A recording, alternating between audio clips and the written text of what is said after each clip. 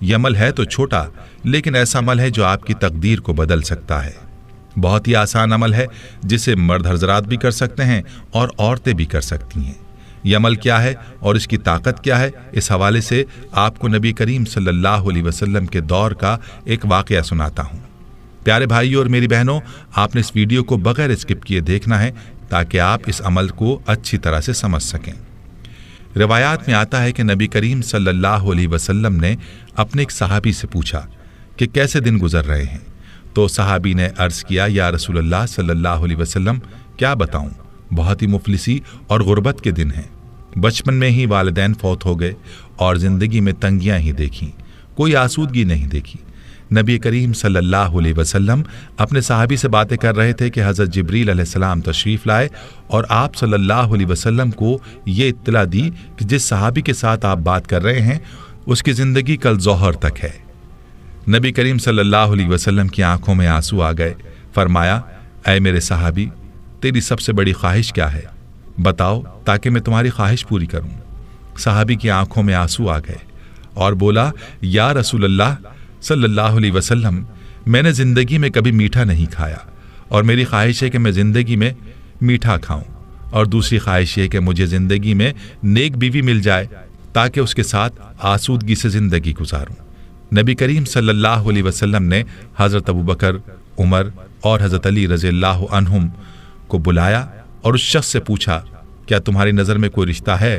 تو اس نوجوان نے کہا، میرے چچا کی بیٹی ہے جو خوبصورت بھی ہے اور نیک بھی، لیکن میری غربت کی وجہ سے وہ مجھے نہیں پوچھتے۔ تو نبی صلی اللہ علیہ وسلم نے اس کے چچا کو بلایا اور فرمایا کہ تم اپنی بیٹی کا رشتہ اس صحابی کو دے دو جو تمہارا بھتیجا ہے، اور فرمایا کہ میں نے اس کا نکاح تمہاری بیٹی کے ساتھ کر دیا ہے۔ اب اللہ کے نبی صلی اللہ علیہ وسلم نے صحابی سے کہہ کر اس صحابی کو شادی کا انتظام کروایا اور حضرت ابوبکر صدیق رضی اللہ عنہ سے فرمایا کہ اس کے لیے میٹھا پکوائیں تاکہ صحابی کی میٹھے کی خواہش بھی پوری ہو سکے۔ یوں صحابی کی شادی ہو گئی۔ اس صحابی نے اپنا مکان پیش کیا، وہ صحابی اپنی دلہن کے ساتھ اس گھر میں چلے گئے، ان کو ضروری سامان بھی دے دیا گیا اور میٹھا بھی ان کے لیے پیش کیا گیا۔ اللہ کے نبی صلی اللہ علیہ وسلم نے ایک صحابی سے کہا، ظہر سے عصر تک اس گھر کے ارد گرد رہیں، اور جیسے ہی رونے کی آواز سنائی دے تو آپ صلی اللہ علیہ وسلم کو اطلاع دیں۔ وہ صحابی وہاں موجود رہے، لیکن کوئی رونے کی آواز نہ آئی، بلکہ خوشی اور ہنسنے کی آوازیں ہی سنائی دیں۔ عصر کے وقت اس صحابی نے نبی کریم صلی اللہ علیہ وسلم کو سارا ماجرا بتایا تو آپ صلی اللہ علیہ وسلم سجدے میں گر گئے اور اللہ رب العزت سے عرض کیا، یا اللہ، جبریل علیہ السلام نے تو مجھے اطلاع دی تھی کہ صحابی کی زندگی ظہر تک ہے، لیکن یہ کیا ماجرا ہے؟ تو غیب سے آواز آئی، اے میرے حبیب، تقدیر میں یہی تھا کہ اس کی زندگی ظہر کے وقت تک تھی، لیکن جب آپ نے اس کی شادی کی اور اس کی خواہش پوری کرنے کے لیے اس کے لیے میٹھا بھی بھیجا تو رات کو یہ صحابی کھانا کھانے کے لیے اپنی بیوی کے ساتھ بیٹھا، ابھی کھانا کھایا ہی نہیں تھا کہ دروازے پر فقیر نے آواز لگائی کہ میں بھوکا ہوں، اللہ کے نام پر کچھ دے دو۔ تو صحابی نے بیوی سے اجازت لے کر وہ سارا کھانا اس فقیر کو دے دیا، اور وہ میٹھا جس کی وہ خواہش رکھتا تھا وہ بھی اس نے فقیر کو دے دیا۔ جب فقیر کو اس نے کھانا دیا تو فقیر نے دعا دی کہ اللہ تمہاری جوڑی سلامت رکھے اور تمہیں زندگی میں خوشیاں عطا کرے۔ تو میری عزت کی قسم، مجھے اس نوجوان صحابی کی ادا پسند آئی اور میں فقیر کی دعا کو ٹال نہ سکا، یوں اس کی زندگی کو میں نے بڑھا دیا۔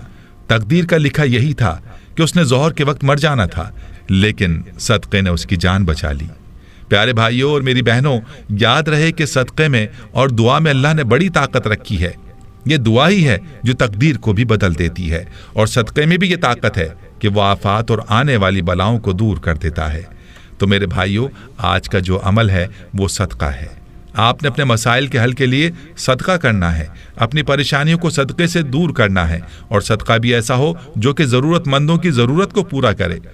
ورنہ آج کل جو رواجی صدقہ ہم دیتے ہیں، روپیہ 2 روپیہ پکڑا دیے، 5-10 روپے دے کر ٹال دیا، ایسا صدقہ نہ ہو، بلکہ ہم ضرورت مندوں کو تلاش کریں اور ان کی ضروریات کو پورا کریں، صرف اور صرف اللہ کی رضا کی خاطر، اور کوئی مقصد بیچ میں نہ ہو۔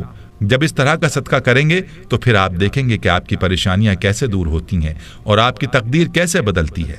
ہمیں چاہیے کہ اپنے ارد گرد رشتہ داروں میں دیکھیں کون ہے جو نادار ہے، جو مفلس ہے، اس کی مدد کریں، اور اپنے دروازے پر آنے والے فقیر کو ہم خالی نہ لوٹائیں بلکہ اس کی ضرورت کو پورا کریں۔